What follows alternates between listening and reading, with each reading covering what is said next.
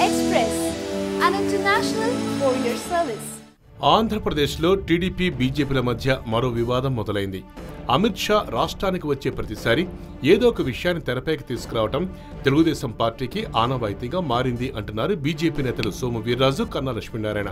గతంలో ఏపీకి షా వచ్చినప్పుడు ప్రత్యేక హోదా, విభజన హామీల పేరు మీద టీడీపీ నేతలు పెద్ద రభస చేశారని అంటున్నారు. చంద్రబాబు సర్దుబాటు చేయడంతో తమ్ముళ్లు తర్వాత సైలెంట్ అయ్యారని, ఇప్పుడు కూడా అటువంటి నాటకాన్నే మళ్లీ మొదలుపెట్టారని ఏపీ కమల్నాథులు విరుచుకుపడుతున్నారు. బీజేపీతో పొత్తు వల్ల తనకు రావాల్సిన మెజార్టీ రాలేదని సంచలన వ్యాఖ్యలు చేశారు విజయవాడ ఎంపీ కేసీఆర్ నాని. అయితే ఈసారి రాబోయే ఎన్నికల్లో బీజేపీతో పొత్తు లేకపోయినా తాను 3 లక్షల మెజార్టీతో గెలవడం ఖాయమని కేసీనేని కామెంట్స్ ని ఏపీ బీజేపీ చాలా సీరియస్ గా తీసుకుంది.